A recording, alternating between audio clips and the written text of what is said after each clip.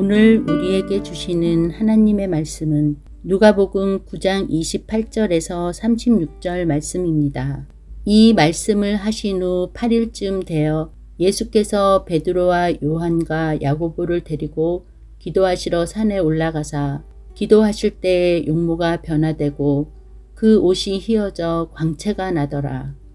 문득 두 사람이 예수와 함께 말하니 이는 모세와 엘리야라. 영광 중에 나타나서 장차 예수께서 예루살렘에서 별세하실 것을 말할세. 베드로와 및 함께 있는 자들이 깊이 졸다가 온전히 깨어나 예수의 영광과 및 함께 선 두 사람을 보더니 두 사람이 떠날 때에 베드로가 예수께 여짜오되 주여 우리가 여기 있는 것이 좋사오니 우리가 초막 셋을 짓되 하나는 주를 위하여 하나는 모세를 위하여 하나는 엘리야를 위하여 하사이다 하되 자기가 하는 말을 자기도 알지 못하더라.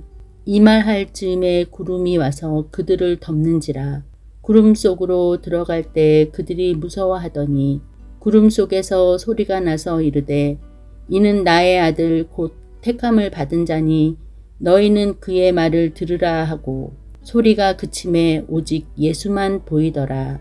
제자들이 잠잠하여 그 본 것을 무엇이든지 그때에는 아무에게도 이르지 아니하니라.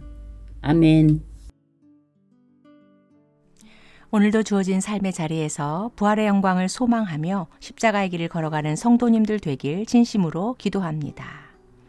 오늘 본문은 마태복음과 마가복음에도 동일하게 등장하는 변화산 사건으로 이 일이 어느 시점에 일어났고 왜 일어났는지 살펴보고자 합니다. 28절에 이 말씀을 하신 후. 그렇다면 예수님이 무슨 말씀을 하신 후에 변화산 사건이 일어났을까요?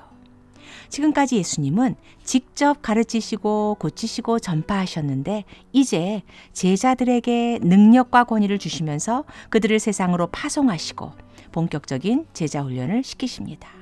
그런 과정에서 예수님이 제자들에게 너희는 나를 누구라 하느냐 질문하시고 이때 베드로가 아주 완벽하고 멋진 신앙 고백을 합니다. 주는 그리스도시요 살아계신 하나님의 아들이십니다.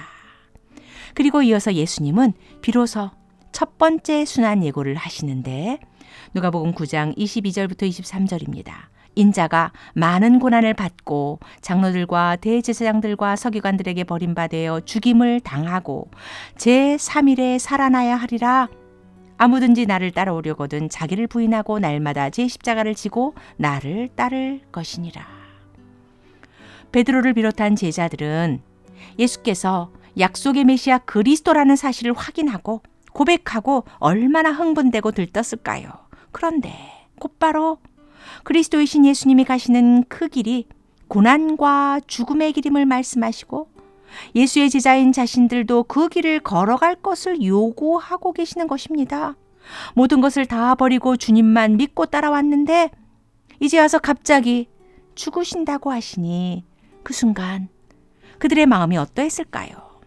누가복음에는 언급되지 않지만 마태와 마가복음에서는 이때 조금 전 완벽한 신앙 고백을 했던 베드로가 이렇게 항변합니다. 이 일이 결코 주에게 미치지 아니하리라.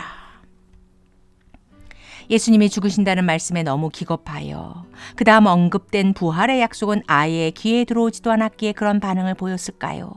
아닙니다.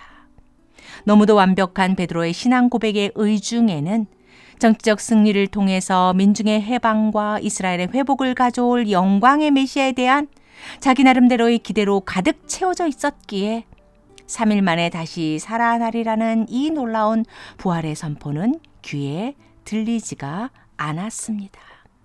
베드로를 비롯한 제자들은 메시아로서 예수님이 가시는 그 길의 진정한 의미를 전혀 알지 못했습니다. 제자들뿐만 아니라 그 당시 예수를 따르는 무리의 대부분도 정치적 승리를 통한 영광의 메시아관, 잘못된 메시아관을 갖고 있었습니다.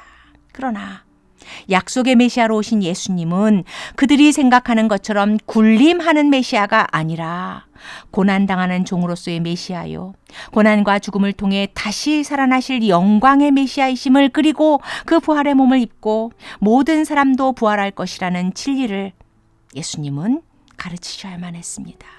예수님과 늘 함께 하면서도 동상이몽을 하는 제자들에게 올바른 메시아관을 심어주셔야만 했습니다. 그래서 예수님은 베드로, 요한, 야고보를 데리고 산에 오르시게 되는데 그때 어떤 일이 일어납니까? 29절부터 31절이지요. 기도하실 때 용모가 변화되고 그 옷이 휘어져 광채가 나더라. 문득 두 사람이 예수와 함께 말하니 이는 모세와 엘리야라. 영광 중에 나타나사 장차 예수께서 예루살렘에서 별세하실 것을 말할세. 우선 예수님의 용모가 변화되고 옷이 휘어지고 빛이 나면서 지금까지 보지 못했던 참으로 놀랍고 영광스러운 광경이 그들의 눈앞에 펼쳐집니다. 그리고 이미 죽은 구약의 대표적인 두 인물 모세와 엘리야의 등장을 통해서 구약의 모든 율법과 선지자들의 모든 예언이 예수님으로 말미암아 모두 성취되었고, 그래서 예수님은 모세의 율법과 선지자들의 예언을 완전케 하시기 위해 이 땅에 오신 메시아라는 것을 입증하십니다. 또한 모세와 엘리야는 약속의 성취자로 오신 메시아의 증인일 뿐 아니라 종말론적 동반자로 장차 하나님 나라에서 하나님의 모든 백성들과 함께 누리게 될 영광스러운 모습을 지금 예수님과 모세와 엘리야의 변화된 모습을 통해 보여주십니다. 그리고 그때 그들이 나눈 대화의 내용은 별세, 예수님의 죽으심입니다.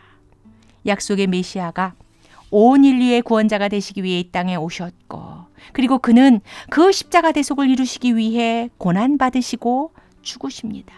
그러나 그것으로 끝나는 것이 아니라 영광의 부활이 있다는 것을, 십자가의 수치와 고난과 죽음이 없이는 결코 부활의 승리와 영광도 없음을, 십자가의 수치와 고난과 죽음이 반드시 있어야만 부활의 승리와 영광이 있음을 지금 예수님은 변화산 사건을 통해 제자들과 우리들에게 분명하고 확실하게 보여주고 알려주십니다.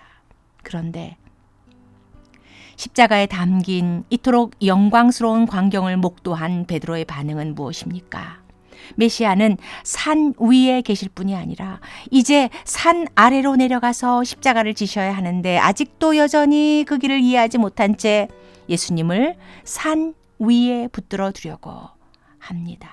그런 그를 향해 구름 속에서 임재하고 계신 하나님의 음성이 들립니다. 35절에 구름 속에서 소리가 나서 이르되 이는 나의 아들 곧 택함을 받은 자니 너희는 그의 말을 들으라. 이 음성은 하나님께서 친히 예수가 하나님의 아들이시라는 그 신분을 확증하고 계시는 것입니다.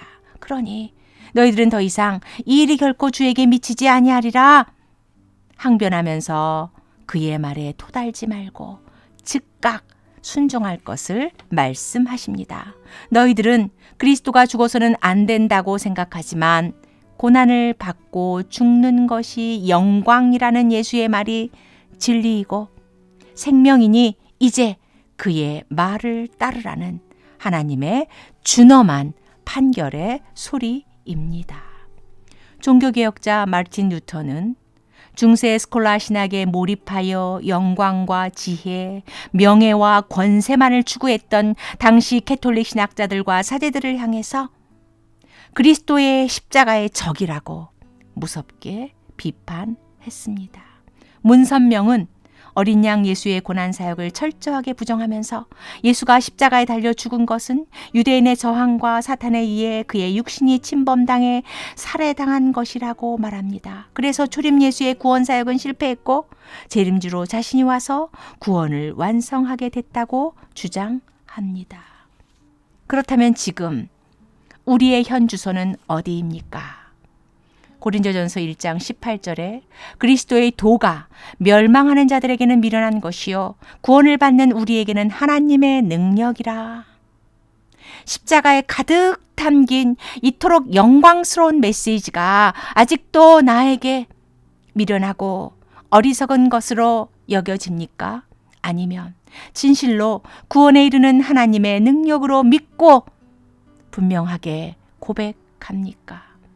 십자가의 고난과 죽음 없이 부활의 영광만을 추구할 때 우리 모두 짝퉁이 되고 맙니다.